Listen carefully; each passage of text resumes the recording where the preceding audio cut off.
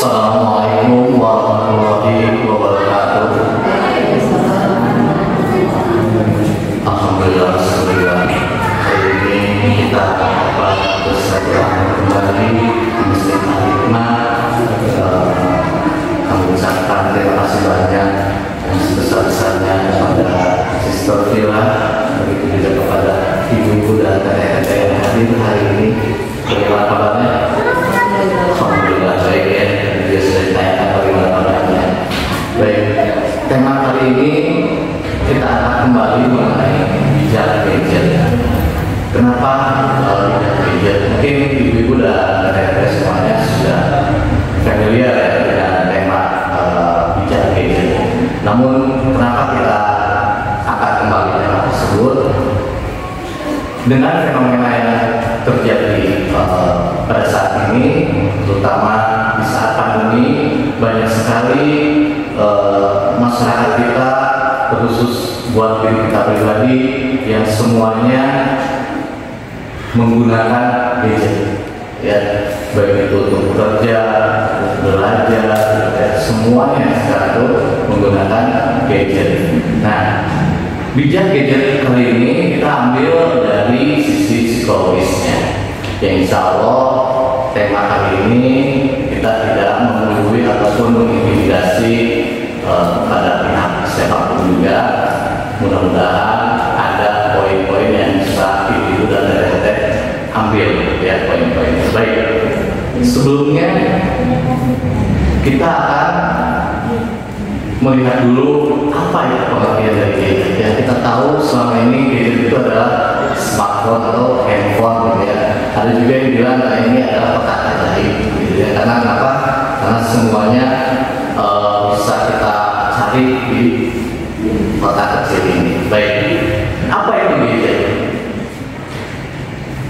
Pengertian dari gadget yaitu perangkat elektronik kecil yang modern dan memiliki fungsi khusus dengan unit kerja yang tinggi. Kenapa disebutnya unit kerja yang tinggi? Karena memiliki daya kemampuan untuk bisa dibilang cara kerja yang cepat, lalu juga memori yang juga besar, gitu ya. Jadi apapun yang kita cari itu sangat mudah sekali, gitu ya. Lalu gadget itu selalu muncul dengan menyajikan teknologi terbaru atau kekinian yang membuat hidup manusia ini menjadi lebih praktis. Jadi segala sesuatunya sangat mudah sekali dengan gadget. Selain sebagai alat komunikasi, gadget ini juga memiliki salah satu fitur yang paling menarik, yaitu internet. Jadi apabila kita menggunakan sistem Android ataupun iPhone, bila kita ada koneksi internet, tidak menjadi menarik ya. Nah, itu pengertian dari gadget. Oh ya, maaf sebelumnya mengenai pengertian gadget tersebut saya tahu terburu-buru mungkin ya. Sebelum itu saya perkenalkan diri dulu mungkin ya, mohon maaf ibu-ibu. Oke, saya Ismail sebagai penanggung jawab di Biro Psikologi Mandiri kita. Kantor pusat kami ada di Bandung Timur, yaitu di Bandung, daerah Korea. Biro psikologi kami sudah berjalan selama hampir sekitar 9 tahun, berbeda dari tahun 2011, khususnya di bidang psikologi pendidikan. Cabang kami ada di beberapa wilayah dan alhamdulillah sampai sekarang pun masih dipercayakan oleh pihak sekolah-sekolah, khususnya untuk di bidang pendidikan, terutama mengenai psikotes, gaya belajar anak, tumbuh anak, dan pola asuh orang tua terhadap anak. Baik, sebelum masuk ke materi mengenai gadget, kita flashback dulu ke belakang supaya nantinya kita bisa tahu mengapa kok ada gadget gitu ya. Nah, kita flashback dulu ke belakang mengenai fase zaman, di mana kita mengalami beberapa fase. Baik, fase yang pertama yaitu di zaman pertanian. Ya, kita flashback dulu ke belakang. Di fase pertanian ini, irama kehidupan itu masih tenang, gitu ya. Lalu juga masih berlaku jam tidur siang. Dulu kalau orang tua kita zaman dulu atau nenek kakek kita zaman dulu itu kalau bekerja itu sampai pada zuhur. Jam 1 siang mereka masih bisa melakukan kegiatan yang lainnya, bisa bertani, bahkan juga masih ada waktu luang untuk tidur siang, ya. Lalu juga untuk pekerjaan laki-laki dan perempuan itu sesuai dengan fitrahnya, sangat terlihat sekali pada zaman dulu ya, zaman pertanian ini. Untuk pekerjaan yang di malam hari biasanya laki-laki, kecenderungannya hampir 90% pada zaman pertanian dulu. Untuk perempuan itu zaman dulu itu sangat tidak diperbolehkan untuk keluar malam, apalagi untuk bekerja di malam hari, itu di zaman pertanian. Lalu untuk pengalaman itu diturunkan langsung dari generasi ke generasi. Jadi untuk pengalaman dalam hal belajar, bekerja, bahkan pengalaman dalam hal berumah tangga itu pada zaman dulu langsung diturunkan dari orang tuanya kepada anak-anaknya sesuai dengan pengalaman orang tuanya. Nah, ini sudah terlihat ya, pada zaman dulu. Lalu masuk lagi selanjutnya ada perkembangan dari zaman pertanian itu menjadi ke zaman revolusi industri. Revolusi industri di sini mengalami yang namanya perubahan ekonomi secara global di seluruh dunia, terutama negara-negara maju sudah mulai berlomba-lomba untuk menciptakan atau membangun mesin-mesin, terutama mesin di pabrik, gitu ya. Sangat banyak sekali berlomba-lomba untuk hal tersebut. Lalu juga untuk mesin-mesin pertanian, kalau dulu mungkin dengan secara manual bisa membaca sawah itu masih memakai kerbau, mungkin zaman sekarang masih ada mungkin, cuman tinggal sekian persen. Cuma di saat revolusi industri itu sudah mulai banyak sekali hal-hal yang dimana sudah menggunakan serba mesin, ya. Lalu juga sudah mulai mengenal jam kerja. Jam kerja di sini office hour dulu ya, mulai dari jam 8 sampai jam 5 sore. Kalau sebelumnya kan sampai pada zuhur, kalau sekarang udah mulai sampai jam 5 sore. Bahkan ada shift malam gitu ya. Itu dimulai saat revolusi industri. Lalu dari sini pendidikan akademis itu diutamakan atau dinomorsatukan. Di zaman pertanian itu lulusan SMP itu masih bisa punya kesempatan atau peluang kerja di perusahaan-perusahaan tertentu. Namun di saat revolusi industri itu minimal SMA, D3, bahkan S1, ini itu yang paling spesial sekali, S1 zaman revolusi industri. SMA masih bisa diterima di perusahaan-perusahaan. Nah, ini menjadi patokan di mana revolusi industri membuat SDM itu menjadi berkualitas. Lalu dengan perkembangan selanjutnya yaitu dengan zamannya informasi. Zaman informasi di sini, proses informasi dan data di dunia itu lebih cepat didapatkannya, lebih cepat informasi. Lalu juga khususnya di negara-negara berkembang, terutama di negara Indonesia, itu terjadi yang namanya pergeseran budaya karena saking cepatnya informasi yang kita dapatkan dari seluruh negara, ya.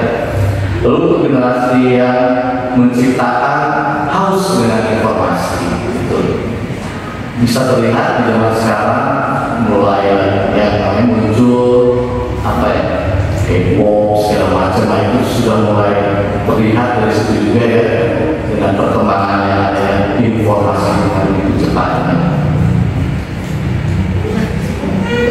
Baik, setelah masuk ke zaman informasi, ini semakin cepat lagi, yaitu zamannya milenial, yang dimana zamannya sekarang. Zaman sekarang sini semua bidang usaha itu apapun itu bidangnya serba canggih. Manusia sudah mulai bergeser dengan kegiatan-kegiatan pekerjaan. Itu sangat-sangat canggih sekali. Kita ingin makan tinggal GrabFood, GoFood, ingin bersihkan rumah pun sudah ada ya sekarang, GoCleaning, pembayaran bisa dengan GoPay, gitu. Nah itu udah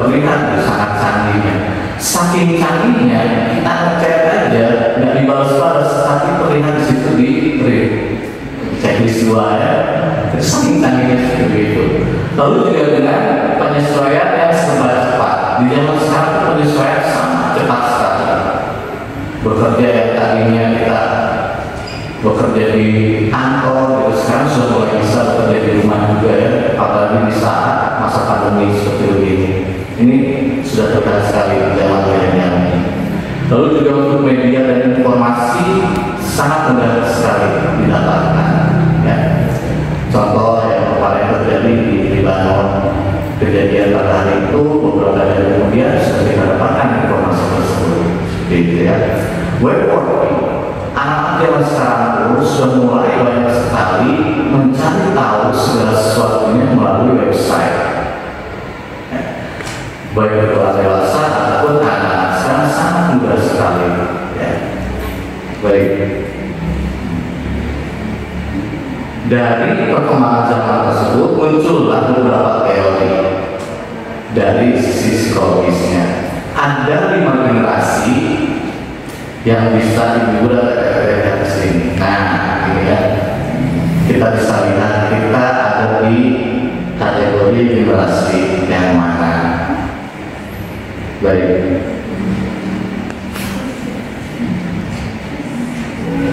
Yang pertama adalah di tahun 1946 sampai 1960 itu generasi baby boomers.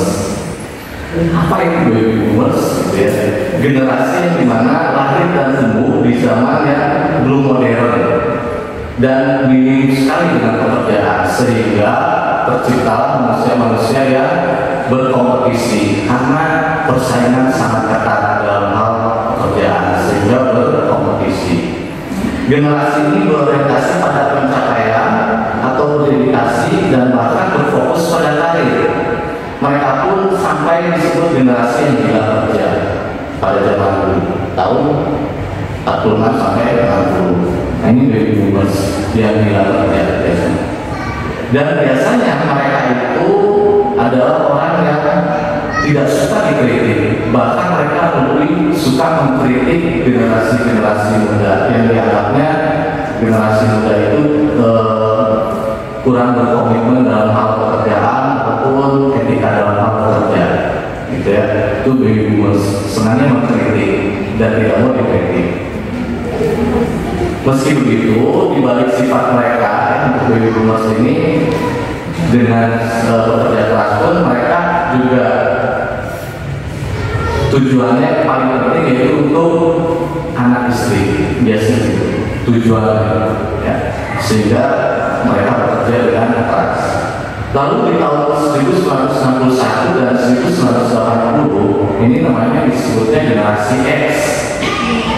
Ya, generasi X di sini anak-anaknya biasanya yang lahir tahun 80-an, ada yang tahun 80-an di sini? Ibu? Ada tahun 80, yang tahun 70 ada? Ada juga ya. Yang tahun 80 ada? Oke, sama dengan saya dari tahun 80 ya. Ya, tahun 80 di sini anaknya sering merasa sendiri karena itu tadi orang tuanya masih di masa generasi baby boomers yang masih gila kerja, gitu ya. Sehingga untuk generasi X di sini banyak kemakluman. Lalu di generasi X di sini juga lebih mandiri biasanya, karena merasa orang tua yang sibuk dengan bekerja, dia harus bisa mandiri. Itu di generasi X. Dengan kemandiriannya sehingga generasi X ini juga muncul pola pemikiran yang dimana kalau melihat orang tuanya mereka bekerja dengan waktu yang begitu banyaknya untuk bekerja, sehingga anak-anak yang lahir di tahun 80-an ini berpikir bagaimana caranya untuk berwirausaha. Nah, kebanyakan yang lahir di tahun 80-an ini sebetulnya banyak sekali orang-orang yang menjadi entrepreneur. Pengalaman pribadi saya pribadi dulu ketemu dengan ayah saya itu 3 bulan sekali. Walaupun dengan ketemu pun itu pun hanya waktu yang sangat terbatas sekali, sehingga terbentuklah pola pikir dengan kondisi daripada bekerja begitu lamanya dan meninggalkan keluarga, lebih baik saya buka usaha sendiri. Itu salah satu contohnya ya. Baik, untuk selanjutnya ada di generasi Y.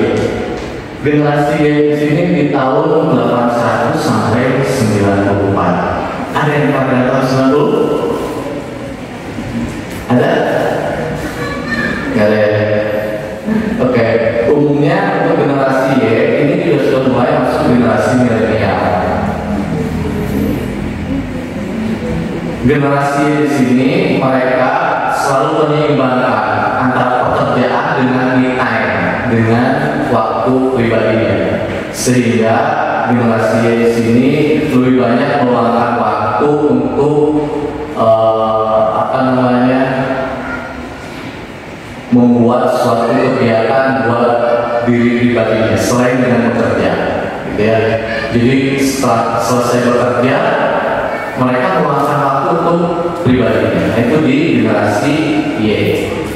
Generasi Z itu tahun 95 sampai 2010. Generasi Z di sini itu peralihan dari generasi Y.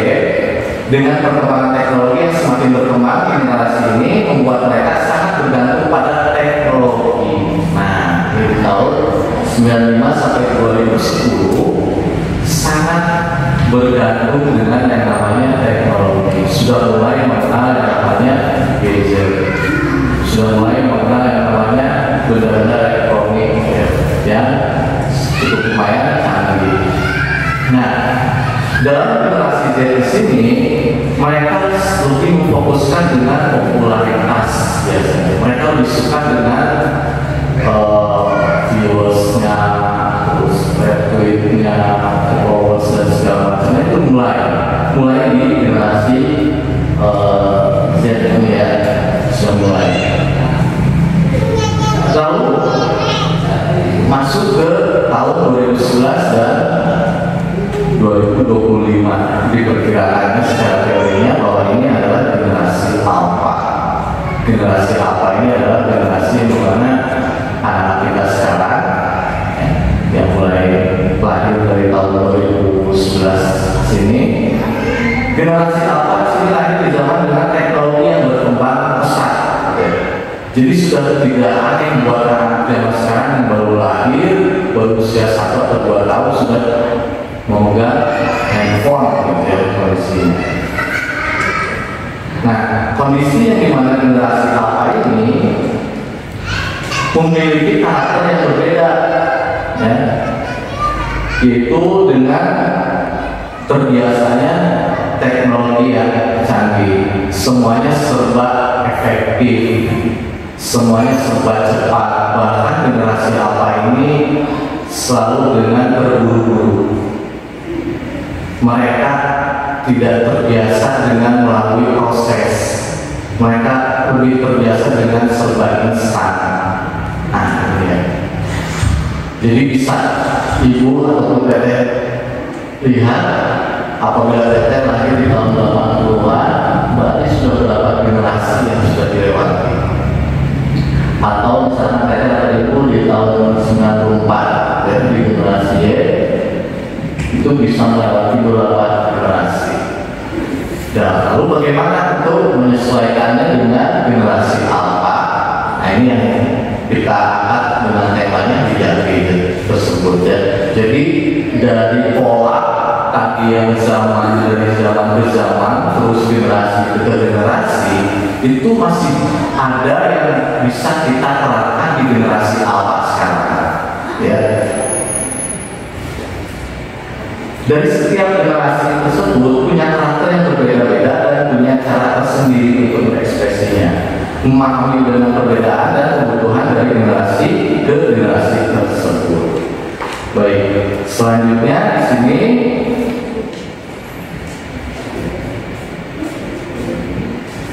kita lihat dulu dampak positifnya. Jadi selain dampak negatif yang ada di gadget, itu ada dampak positifnya juga, sudah jelas ya.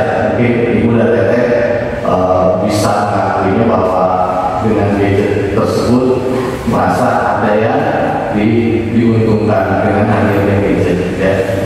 Apa itu?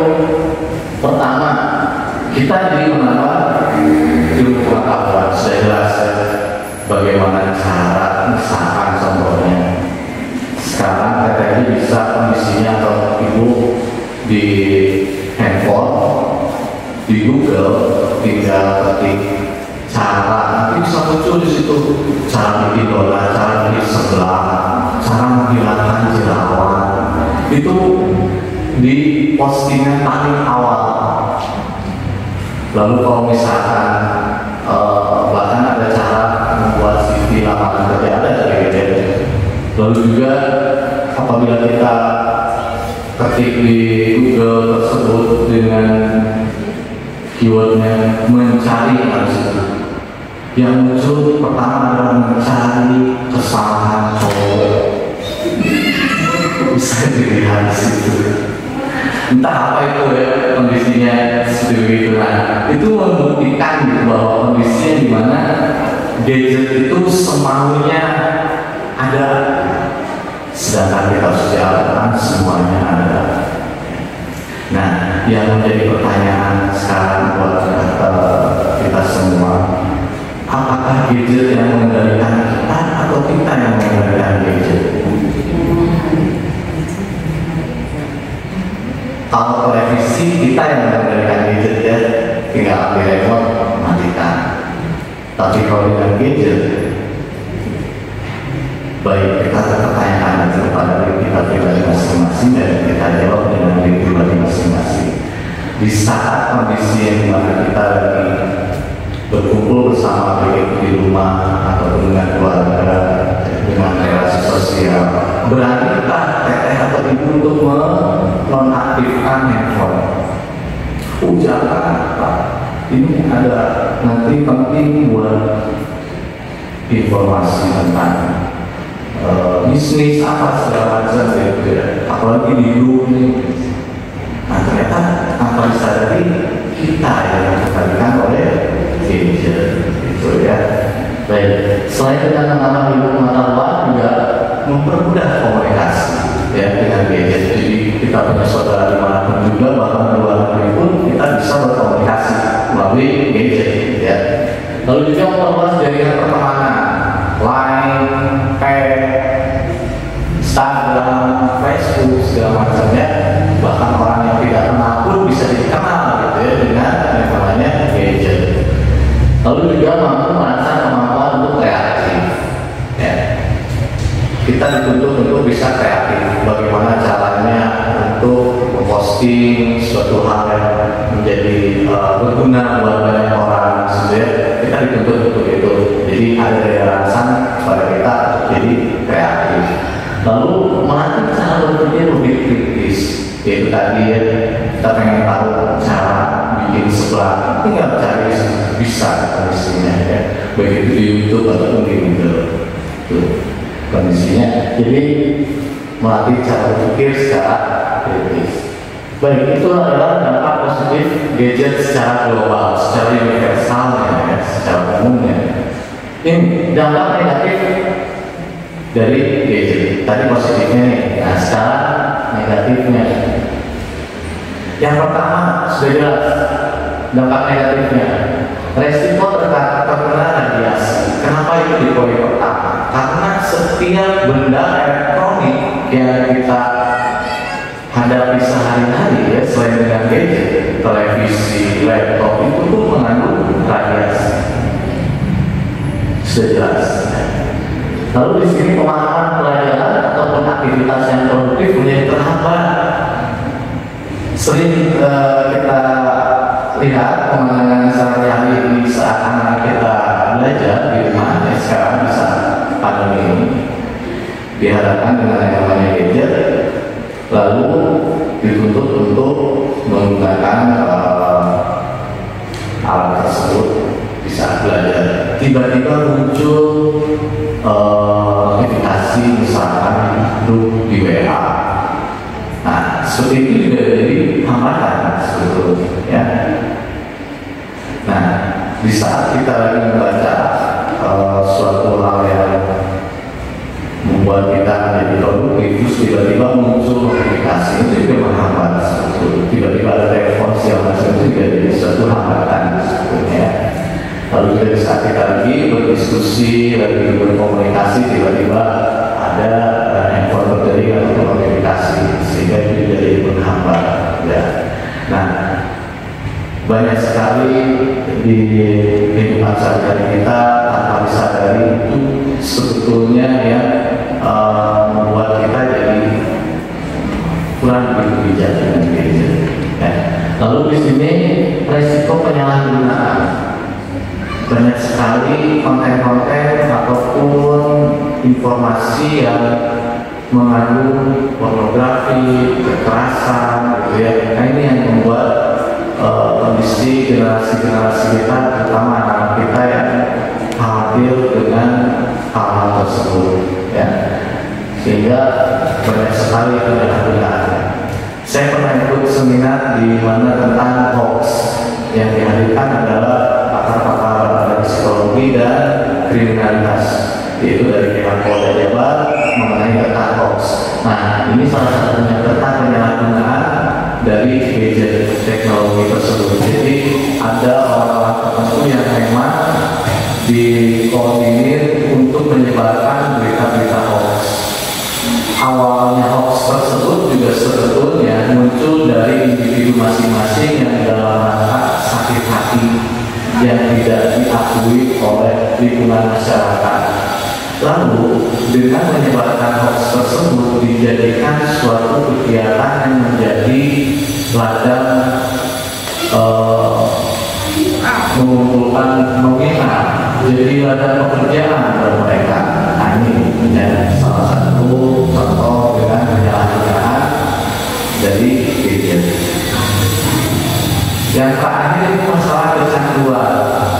Kenapa tadi saya sampaikan di awal kita angkat temanya bijak gadget di saat pandemi, kondisi yang seperti ini, ternyata muncul lagi kasus-kasus yang dimana bukan saja anak-anak tapi orang dewasa, bahkan orang tua yang menjadi kecanduan gadget. Yang tadinya si ayah itu kerja di kantor, sekarang work from home, ya, bekerja di rumah dengan menggunakan gadget, akhirnya kesempatan untuk bermain game online, bahkan sampai ada yang kasusnya menjadi kecanduan judi online. Dengan kondisi yang dimana kecanduan tersebut tanpa disadari segala sesuatunya dia pergunakan waktu, bahkan segala sesuatunya habis untuk masalah itu. Ya. Dengan judi online jelas kondisinya, segala sesuatunya habis. Bahkan lebih nekat lagi, selain dengan kecanduan game online dan juga dengan judi online, akhirnya dia mengambil jalan pintas dengan yang namanya pinjaman online. Hanya yang lebih dikhawatirkan. Ini terjadi pada saat kondisi seperti sekarang. Banyak sekali klien-klien kami yang mengalami masalah tersebut. Jadi bukan saja anak-anak yang kecanduan masalah gadget, terutama masalah game, tapi juga orang tuanya bermasalah juga. Ini harus kita sepakati mulai dari sekarang. Mudah-mudahan nanti dengan poin-poin yang kami sampaikan, teteh-teteh ibu bisa ambil poin-poin tersebut. Ya. Baik, selanjutnya dengan dampak negatif gadget, ini ada efek sampingnya dari sisi psikologis. Ya. Poin yang pertama, menjadi mudah marah dan panik. Bisa terlihat keseharian di saat lagi belajar di rumah, ya, menggunakan gadget, terutama anak-anak. Di saat jaringannya lagi bermasalah, itu Itu yang menimbulkan jadi anak marah.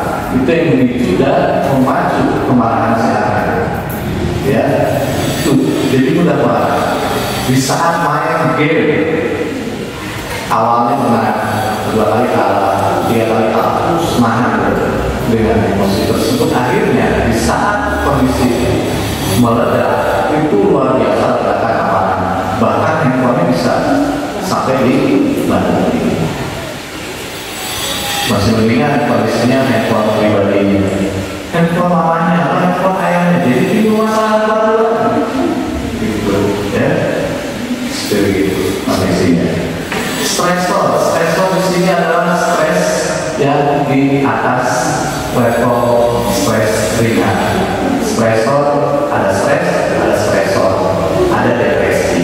Nah, ini ada tingkatannya. Kalau dari sisi psikologisnya, stres itu suatu hal yang wajar. Setiap manusia mengalami yang namanya stres. Kenapa? Itu hal yang wajar menurut sisi psikologis, karena itu membuat kita untuk bisa survive ya dengan stres. Tapi kalau udah stresor, ini yang harus kita sikapi, karena nantinya akan bisa meningkat lagi menjadi depresi. Setelah depresi itu menjadi meningkat lagi, nanti meningkatnya bisa terus skizofrenia, insomnia, amnesia dan segala macam ya. Nah, dengan stresor, kenapa bisa stresor?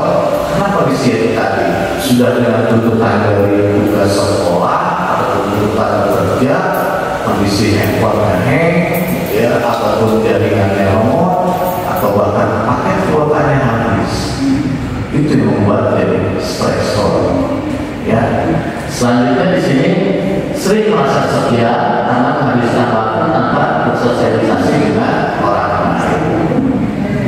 Merasakan diri kita seperti itu. Bisa kondisi tidak ada aktivitas, kita lebih banyak dengan handphone ya. Anaknya di atas kamar, ayahnya di ruang tengah, ibunya di ruang tamu, semuanya pada pegang handphone. Bahkan anaknya pun lagi di kamar, ibunya ngecek, nah makan dulu. Jangan sekarang sulit ya. Atau bahkan mamanya pergi, anaknya di rumah, anak perempuan, mama pisau yang warna pink itu ditaruh di mana? Gitu ya, kondisi seperti itu di zaman sekarang ya. Lalu di sini sulit fokus atau konsentrasi ketika bekerja ataupun belajar. Sulit. Maka kenapa sampai sekarang menjadi polemik ya, pro dan kontra dengan pembelajaran jarak jauh. Ada beberapa anak yang memang sulit untuk berkonsentrasi belajarnya dengan menggunakan gadget. Mereka lebih terbiasa dengan bertatap muka. Kenapa? Karena anak-anak kondisinya, apalagi anak-anak yang tingkat TK dan SD, bahkan di tingkat SMP, masih kondisi yang dimana hampir 80% mereka senang dengan teriakan dan lari-lari. 50%-nya dengan dorong, tarik, bahkan gambar, biasanya keisengan anak-anak. Namun kondisinya sekarang mereka harus diam di rumah. Apa yang terjadi kondisinya? Ngacak segala sesuatunya. Kondisinya seperti itu. Itu loncat-loncat, lari-lari di atas kasur ataupun di atas kursi, naik-naik lari segala macam. Karena itu kondisinya dunia anak-anak seperti itu. Apakah itu tidak tersisa buat anak kondisinya seperti itu? Nah, ini jadi pro dan kontra sampai sekarang kondisinya. Kenapa anak-anak ada yang memang kesulitan untuk belajar secara online ya. Lalu di sini bermasalah dalam hubungan sosial, baik itu dengan keluarga, teman, rekan kerja atau pasangan. Ini jadi bermasalah. Di dunia psikologi, di dalam lingkungan sosial, ada teman-temannya atau rekan-rekannya atau bahkan keluarganya bisa tadi kumpul, terus kita asik bermain gadget. Entah itu penting atau tidak, itu tanpa disadari kondisinya itu dari sisi psikologis istilahnya itu disebutnya tabing. Di tengah-tengah lingkungan sosial kita asik sendiri dengan bermain gadget, itu tabing. Seolah dia tidak peduli dengan lingkungan yang ada di sekelilingnya. Itu tabing. Dan sering yang kita lihat pemandangan sehari-hari pun kondisinya ayahnya pegang handphone, bundanya pegang handphone, anak pegang handphone. Dalam satu ruangan, dalam satu rumah, di ruang pertama, TV nyala, ya kondisinya. Tidak ada komunikasi. Ini tanpa disadari kondisi-kondisi yang seperti ini, sehingga bermasalah dalam hubungan sosial. Ya. Jadi komunikasi pun jadi agak terhambat. Sedangkan kondisinya fitrahnya sebagai seorang wanita itu minimal 2000 kata yang harus bisa terucap. Itu minimal untuk seorang wanita dalam satu hari minimal 2000 kata yang terucap. Jadi suatu hal yang wajar kalau perempuan apa ya kalau bahasa Jerman itu wajar. Memang fitrahnya seperti itu. Ya. Ayah kalau aku tinggal, iya saya tidak asik nonton versi. Ayah, kalau anak tinggal masih fokus. Ayah, anak tinggal dari tadi panggil. Kata masih omongan lain itu. Padahal itu panggilannya kesekian kalinya. Kondisinya seperti itu. Ya itu komunikasi ya. Nah, selanjutnya. Sebelum kita masuk ke cara untuk penggunaan gadget baik itu buat diri kita sebagai orang dewasa ataupun buat anak-anak kita pahami dulu mengenai hal yang paling mendasar yang ada di diri pribadi manusia. Ini kita ambil dari teorinya hierarki Abraham Maslow dari sisi psikologis. Teori ini yang memang cocok untuk di negara kita yaitu di Indonesia, teori hierarki. Kita lihat dari mulai paling bawah, yaitu hal yang paling mendasar sekali yang ada dari diri pribadi manusia, yaitu kebutuhan fisiologis. Kebutuhan fisiologis di sini adalah kebutuhan makan, minum, tidur, pakaian dan lain-lain. Itu kebutuhan fisiologis. Bahkan orang dewasa yang sudah menikah, kebutuhan seks juga itu suatu kebutuhan fisiologis maksudnya. Apabila kebutuhan tersebut sudah terpenuhi, muncul yang namanya rasa aman. Namun apabila kebutuhan fisiologis dari salah satu poin tersebut belum terpenuhi, ada perasaan kurang aman ataupun ada perasaan kurang nyaman.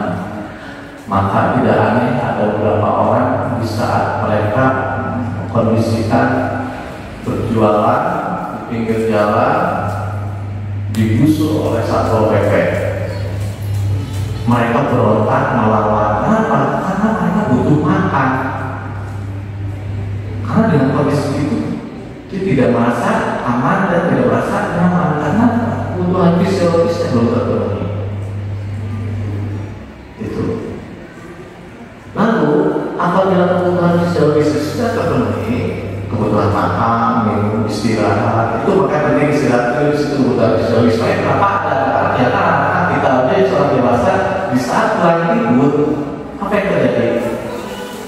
Pusing ya, kalau kurang tidur gitu kondisinya. Nah itu, jadi muncul rasa tidak aman, tidak nyaman. Nah, dengan kebutuhan fisiologisnya sudah terpenuhi, muncul rasa aman, rasa nyaman. Dengan rasa aman ini, seperti contohnya merasa ada keamanan, berarti ada yang melindungi. Apabila sudah berumah tangga ada suami yang melindungi kita, gitu ya. Anak ada yang melindungi yaitu orang tua, gitu ya kondisinya. Lalu juga keteraturan. Keteraturan di sini adalah peraturan dari setiap lingkungan keluarga pasti punya aturan masing-masing yang berbeda-beda, ya. Tergantung pola asuh orang tua. Nah, apabila itu sudah terpenuhi rasa aman tersebut, muncul yang namanya sosial. Nah, di sini kita mulai untuk berrelasi sosial.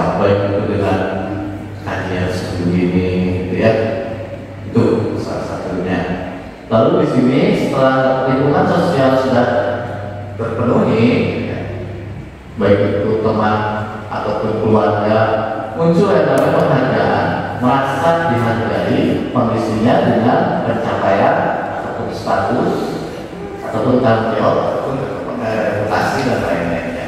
Di sini ya penghargaan, jadi diakui dengan apa yang sudah kita lakukan selama bersosialisasi di lingkungan masyarakat ataupun di keluarga, ada yang namanya penghargaan, gitu ya. Lalu dengan penghargaan tersebut muncul yang namanya aktualisasi diri. Nah, aktualisasi diri di sini yaitu dengan pengembangan diri, pemenuhan ideologi. Jadi muncul yang namanya prinsip hidup. Aku ini mau kemana? Aku ini harus gimana? Yang usia segini harus bagaimana? Ada yang namanya quarter life crisis. Mulai dari usia 20 tahun sudah mulai muncul kekhawatiran persimpangan dalam kehidupan. Aku sudah harus mulai serius apa nih? Di usia 20 tahun sudah muncul pemikiran itu. Apakah harus serius untuk melanjutkan kuliah atau bekerja atau menikah? Nah, itu di quarter life crisis namanya. Nah, ini di aktualisasi diri. Ya. Nah, ini mengenai kebutuhan yang paling mendasar sekali yang ada di kehidupan manusia. Baik, selanjutnya ini bagaimana cara untuk bijak-bijak bagi remaja ataupun orang dewasa. Semuanya sudah punya anak? Ada yang belum punya anak? Alhamdulillah ya, sudah ya. Oke, baik, mari kita lihat di sini apakah orang sebagai orang tua kan? Kita lihat di sini ya. Apakah sebagai orang tua yang tulus atau yang modus? Ya, oke. Oke, yang pertama ini untuk yang dewasa yang buat kita nih.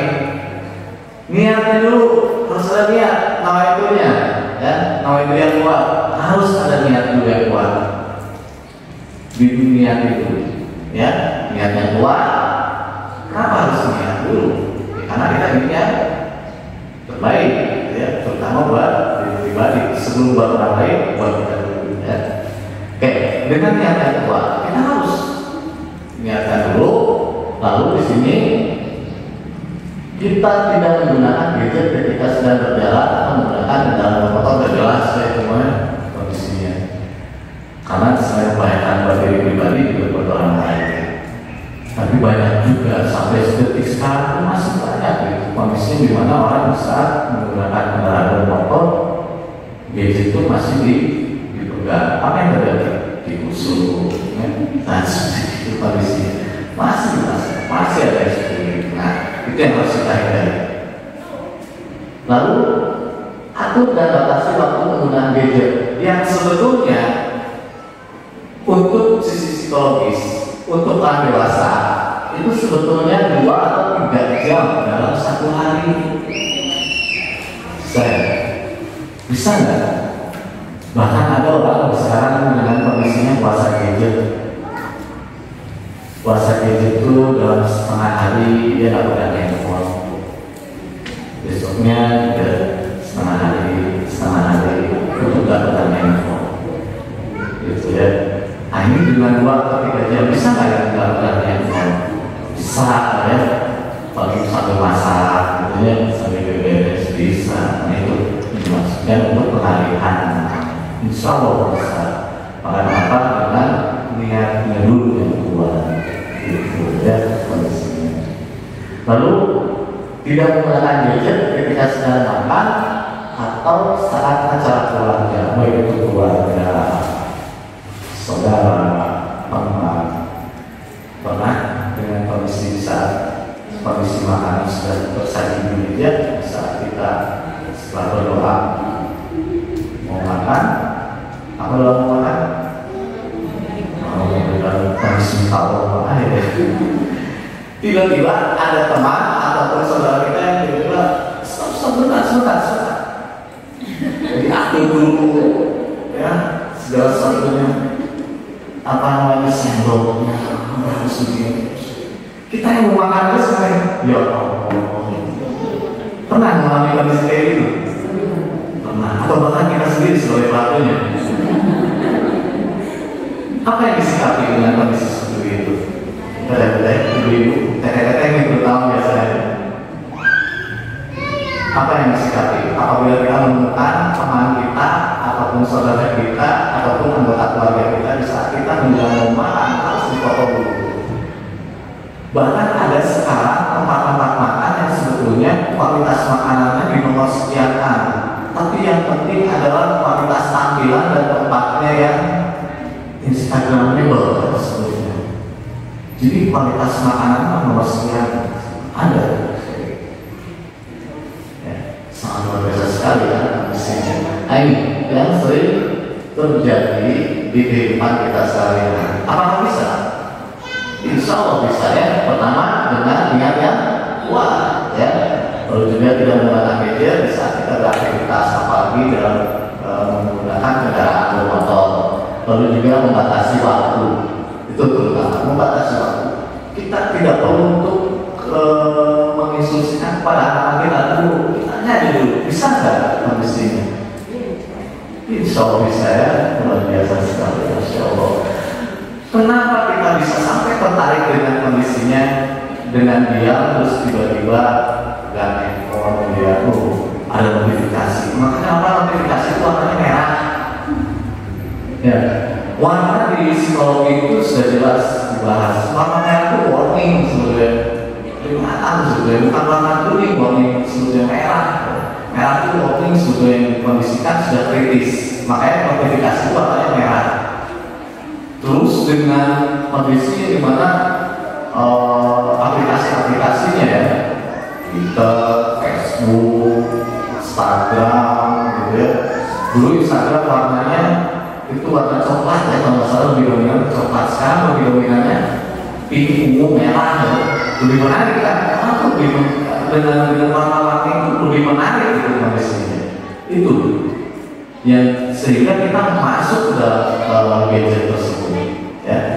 Nah ini yang membuat kita menjadi kondisinya sulit untuk pengendalian waktu, membatasi penggunaan gadget ya. Sebetulnya untuk orang dewasa itu 2 atau 3 jam dalam satu hari, sedangkan kita setiap 1 jam sekali cek handphone ya. Terutama ada aplikasi di grup, biasanya seperti itu kondisinya. Baik, ini bagi orang dewasa. Insya Allah dengan poin-poin tersebut, teteh-teteh, ibu-ibu juga bisa ya untuk dilakukannya. Lalu selanjutnya ini tentukan area yang bebas gadget. Contohnya kamar mandi, kamar tidur, dapur dan kamar mandi. Ada yang bawa kamar mandi? Ada. Masya Allah. Terutama remaja biasanya ya. Dan entah apa itu yang dilakukannya. Sedangkan kamar mandi itu ruangan yang sangat private sekali gitu. Entah apa yang dilakukannya dengan membawa gadget gitu ke dalam kamar mandi.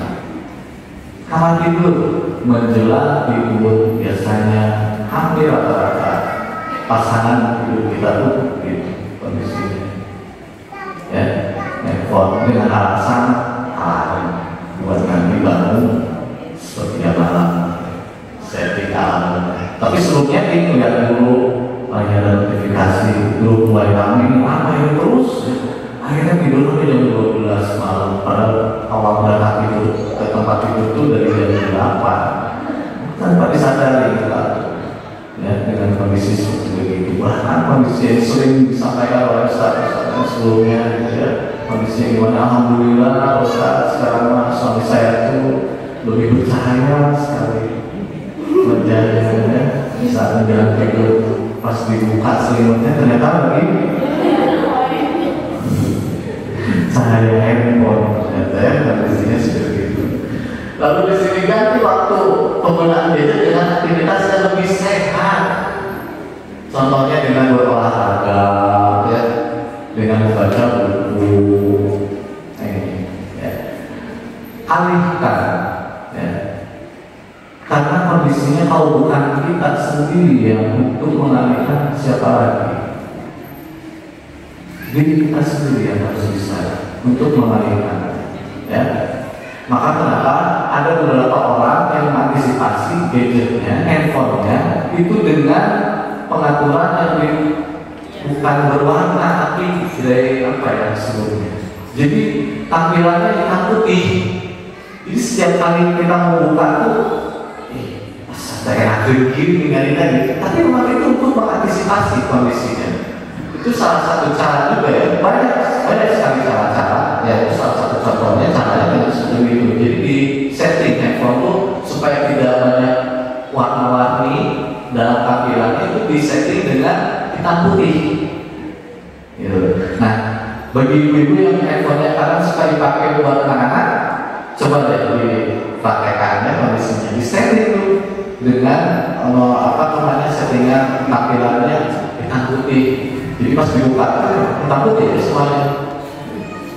Pasti anak juga kondisinya nggak begitu tertarik, ya seperti itu.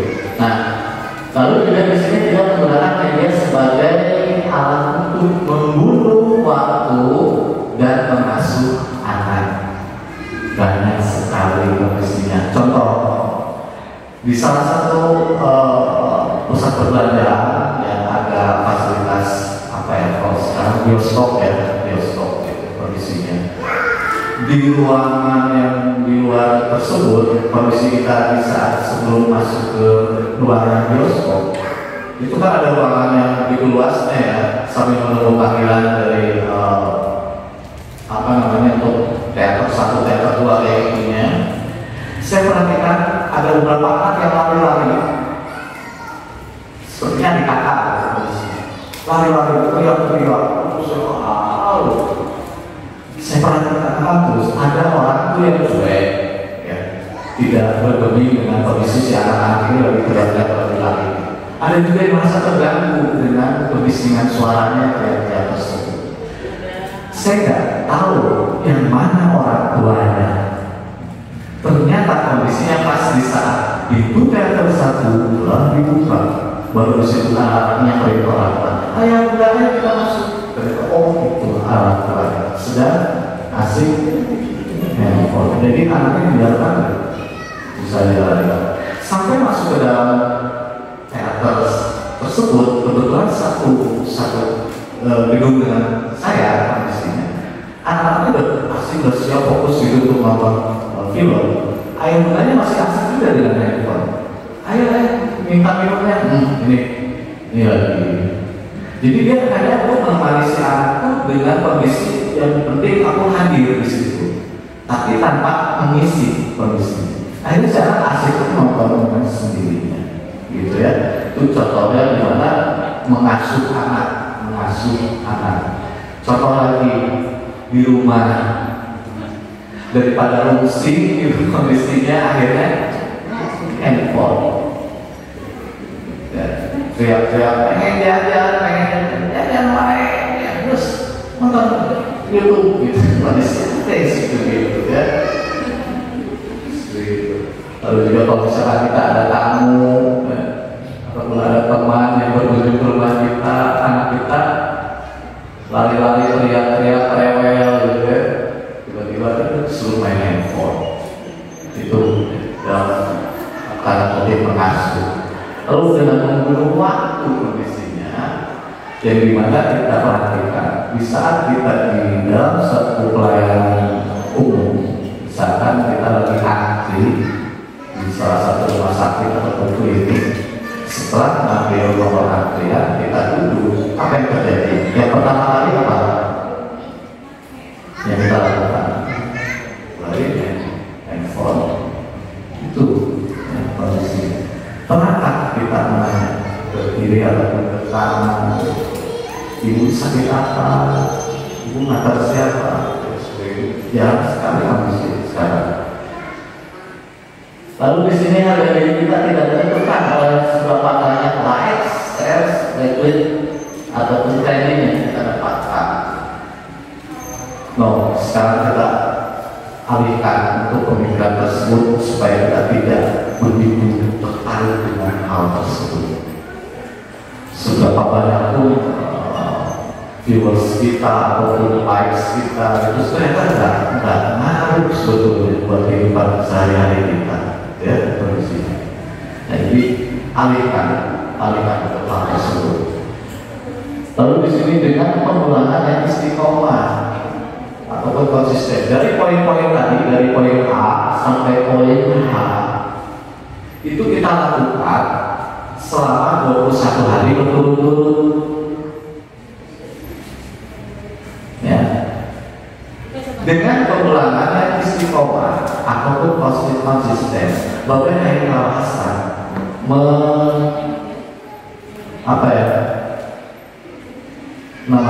membuat teori tentang the power of law repetition,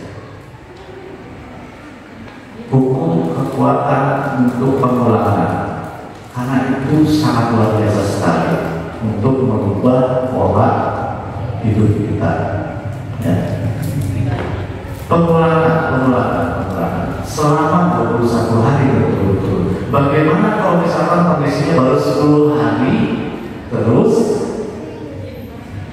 kondisinya tidak tercapai, gitu ya, kondisinya ya, dari poin A sampai H ini baru 10 hari kita tidak terlaksanakan, misalnya di hari ke-11 kembali lagi dari awal. Ya. Kondisinya seperti apa ini? Kita harus punya punishment buat diri kita sendiri. Kalau misalkan sama 21 hari berturut-turut ternyata nggak nyampe, baru nyampe 10 hari, kita harus punya punishment buat diri kita pribadi.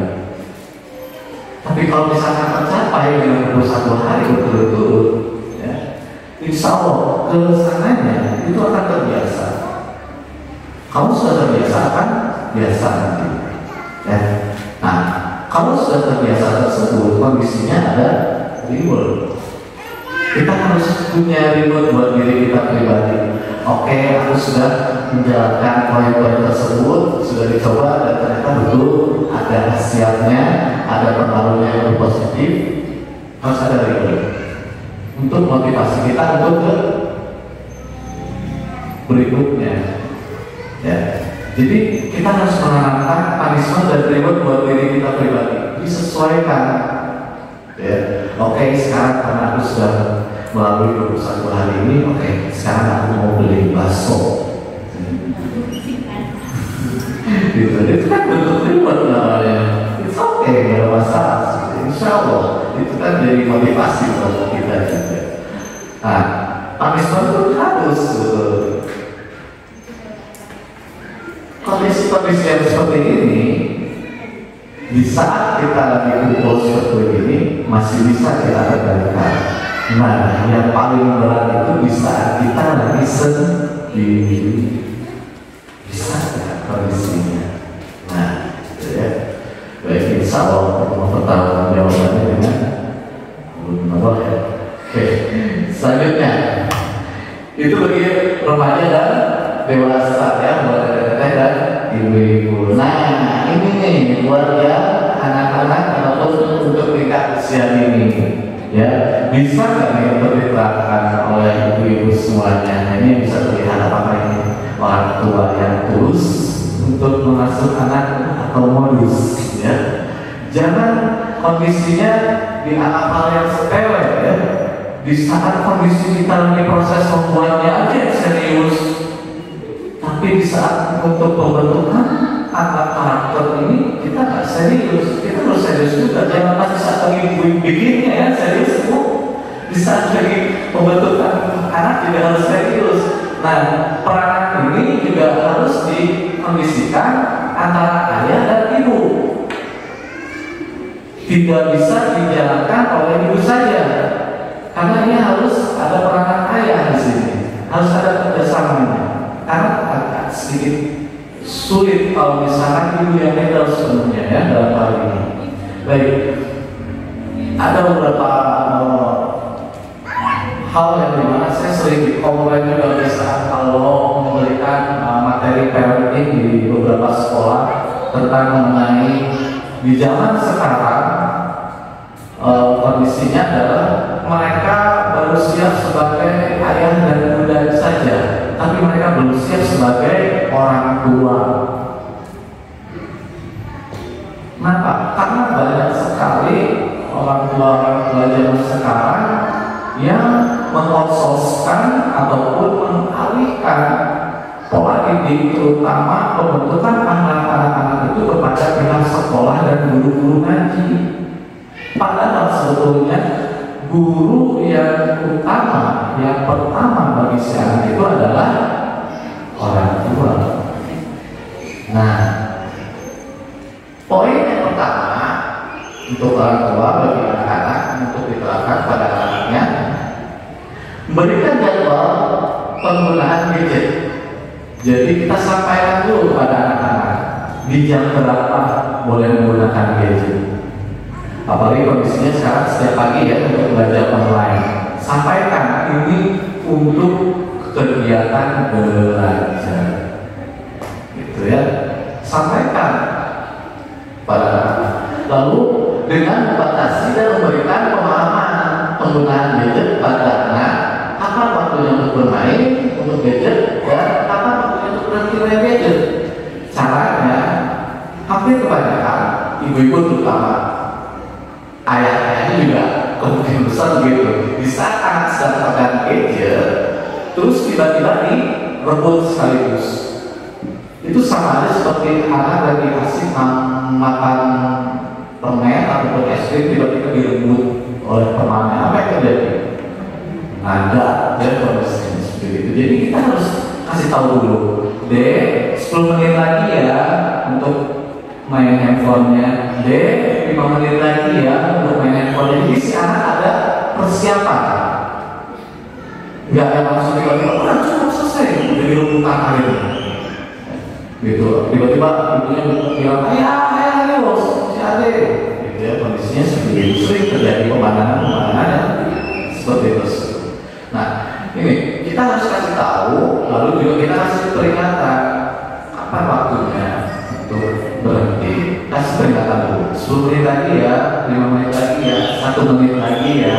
Jadi ada waktu siap gitu ya kondisinya. Lalu orang tua dapat memahami teknologi, ya kita harus paham dengan teknologi. Anda harus tahu siapa saja yang berada di lingkungan anak-anak.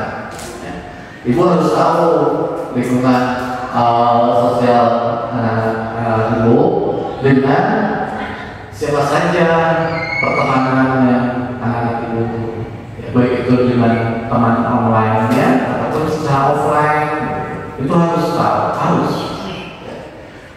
harus tahu kondisi. Ya. Lalu apa saja aplikasi yang anak kita gunakan? Ya. Aplikasinya apa aja yang biasa digunakan? Ya. Lalu untuk website yang sering anak-anak kunjungi dan yang mereka lakukan pada saat online, kita harus cek.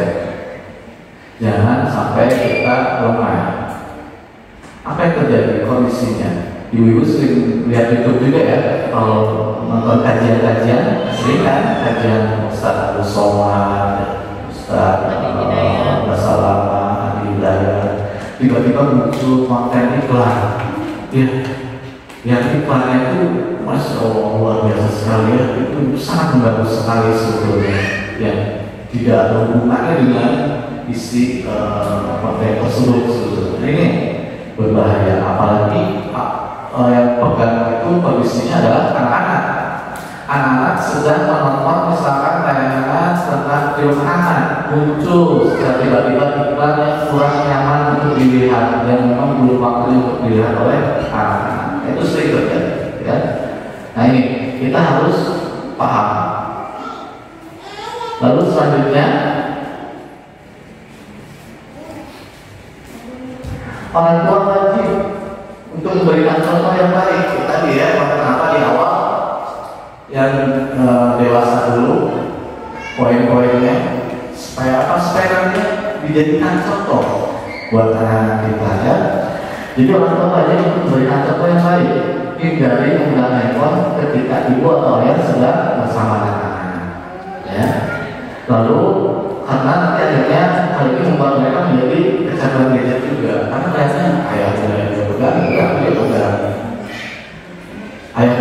memberikan aturan jam sekian sampai jam sekian nggak pegang gadget ya, ternyata tiba-tiba ayahnya pegang gadget dengan alasan teman kantor ini penting, ini bisnis ya. Kalau bisa hindari dengan jam-jam tertentu yang memang kondisinya tidak terlihat oleh anak-anak. Bagaimana caranya? Itu harus bisa mengendalikan tersebut. Syukur-syukur memang betul-betul handphone ditaruh gitu ya. Itu kalau misalkan diujian masalah pekerjaan, masalah saudara atau keluarga atau bahkan orang tua kita yang bisa tiba-tiba muncul chat gitu ya, ya kita kalau bisa usahakan tidak di depan anak-anak gitu kondisinya. Di saat kita sudah menerapkan aturan di rumah bahwa jam sekian sampai jam sekian no gadget, tanpa gadget gitu ya. Ya sampai nanti anak-anak melihatnya karena kok ayah bunda memberikan aturan masalah gadget tidak boleh, kok ayah bunda masih pegang gadget gitu. Nah masih pikiran seperti itu anak-anak ya. Mereka nggak peduli apa yang di dalam kondisi kita sedang menggunakan gadget tersebut. Lalu sebaiknya ganti penggunaan gadget dengan anak-anak ya, kebersamaan dengan anak-anak ini dengan kegiatan yang menyenangkan. Jadi kita harus ada pengalihannya, buat suatu kegiatan ataupun suasana yang membuat ataupun memicu komunikasi dengan si anak. Ya, televisi matikan, handphone diletakkan. Di situ kita membuat misalkan tentang tanya jawab, tentang tebak-tebakan, atau bahkan bermain yang tidak ada hubungannya dengan gadget, baik dengan ayah bunda dan anak-anaknya. Itu penting sekali. Nah ini harus didiskusikan dengan ayahnya. Kalau ibu yang melakukannya sendiri, saya rasa agak sulit. Kondisinya harus dilakukan dengan ayahnya juga. Lalu di sini pola pengelolaan pada anak dalam penggunaan juga gadget untuk kebiasaan dan terbiasa pada anak sama ya pengelolaan tadi. Jadi kalau misalkan kondisinya dari poin A sampai C tersebut itu dilakukan secara berulang-ulang supaya nanti ada terbiasa pada anak. Bagaimana kalau misalkan kondisinya kita mendapatkan anak melanggar aturan yang sudah kita tetapkan, ya ada punishment-nya. Bagaimana si anak ini misalkan memenuhi dengan peraturannya, ya kita tetapkan juga rewardnya, disesuaikan rewardnya juga. Punishment misalkan contohnya sangat banyak sekali kondisinya punishment terhadap si anak masalah gadget. Punishment-nya, hukumannya itu tidak ada hubungannya dengan gadget. Kalau lama main handphone, dikerok di kamar mandi, diseret gitu, bahkan dikerok di kamar, sampai belotak, gitu kondisinya. Itu nggak ada hubungannya dengan gadget sebetulnya. Jadi tidak ada efek jerah dengan gadgetnya. Jadi kondisinya bukan dengan dikerok, bukan dengan dicuri, gitu ya, bukan dengan dibentak, tapi dikurangi jam main gadgetnya. Itu punishment-nya. Supaya nantinya apa? Supaya nanti ada efek jerahnya dan nanti anak pun akan lebih bijak mengenai gadget. Itu punishment-nya. Reward-nya disesuaikan juga. Oke, dia sudah bisa sekarang menggunakan handphone sesuai dengan aturan. Sekarang kita berlibur ke Disneyland. Terlalu sekali ya. Kondisinya. Nah, hal-hal yang tersebut pun penting diterapkan pada anak-anak kita. Ini punishment dan reward kedua anak-anak kita, terutama di generasi alpha tadi ya. Kita sebagai orang tua dituntut harus lebih kritis dalam hal tersebut.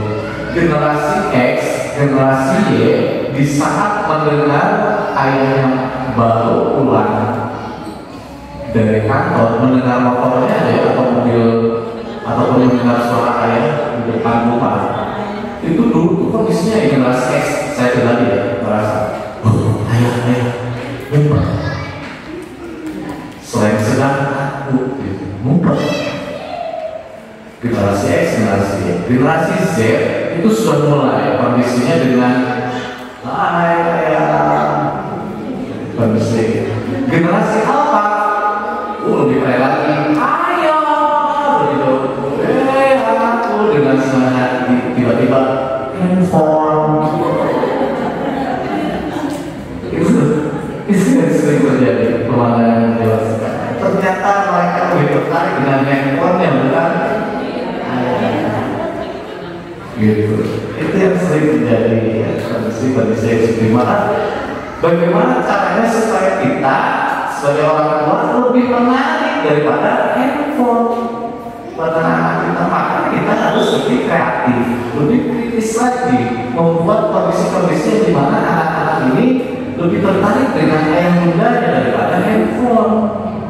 Ya, gaya belajar anak itu pasti beda-beda. Ada yang dengan gaya visual, audio, bahkan dengan kinestetik. Nah, itu yang harus kita pahami. Anak-anak lebih cepat penerapannya dengan kondisinya seperti apa. Nah, itu yang harus kita sesuaikan, ya, kondisinya. Baik. Nah, itulah kondisi-kondisi yang dimana secara sisi psikologis mengenai gadget baik itu buat diri kita pribadi ataupun buat anak-anak kita, generasi kita yang selanjutnya. Maka dari itu, marilah kita bersama-sama untuk selamatkan generasi-generasi kita untuk menjadi generasi-generasi yang memiliki akhlak yang baik, generasi-generasi yang memiliki pekerti yang baik dan berguna bagi agama, bagi kedua orang tua dan buat saudaranya. Ya, kondisi-kondisi yang mana itu PR sebetulnya buat kita bersama. Namun sebelum kita mengharapkan kepada anak-anak kita, mari kita terapkan dulu kepada diri kita pribadi masing-masing. Apakah sudah bisakah kita mengkondisikan hal tersebut? Insya Allah dengan hal yang kuat nanti, bismillah kita bersama-sama bangun lagi suasana keluarga yang lebih sakinah, mawaddah, warahmah. Bisa sekali. Ada beberapa kutipan dari Habib Muhammad Hafiz bahwa jika Anda mencoba memperbaiki 10 orang, maka Anda tidak akan memperbaiki siapapun. Tapi jika Anda memperbaiki diri Anda, maka Anda akan memperbaiki diri Anda sendiri dan 10 orang lain tadi. Itu kutipannya. Lalu juga pasangan yang bahagia pada akhirnya akan menjadi orang tua yang lebih baik dalam mengasuh anaknya. Jadi kita ciptakan dulu ya, suasana di rumah, terutama dengan pasangan kita, ciptakan suasana yang menyenangkan dan bahagia, sehingga itu akan sangat dampaknya sangat baik sekali buat anak kita. Kita khawatirkan selama ini kita sering konflik, bahkan tanpa disadari konflik tersebut di depan anak-anak. Nah, ini harus kita sikapi bersama, kalau dikendalikan mengenai masalah yang ada dengan pasangan kita di rumah tangga, kita usahakan tidak di depan anak-anak kita. Ya. Lalu semua itu proses. Karena di setiap proses itu ada pembelajaran. Jika dipercepat, Allah SWT ingin kita bersyukur. Jika diperlambat, Allah SWT ingin kita bersabar. Jadi kalau misalnya kita dipercepat, kita harus banyak-banyak bersyukur. Apabila memang diperlambat, ya kita harus banyak-banyak bersabar. Insya Allah dengan segala sesuatunya, terutama masalah gadget ini, jadi ibadah buat kita semuanya, terutama buat anak-anak kita. Baik, mungkin itu saja yang bisa saya sampaikan mengenai bijak gadget dari sisi psikologisnya. Selanjutnya, bagi ibu atau teteh yang menanyakan tentang gadget, mangga bila ada yang bertanya, mungkin banyak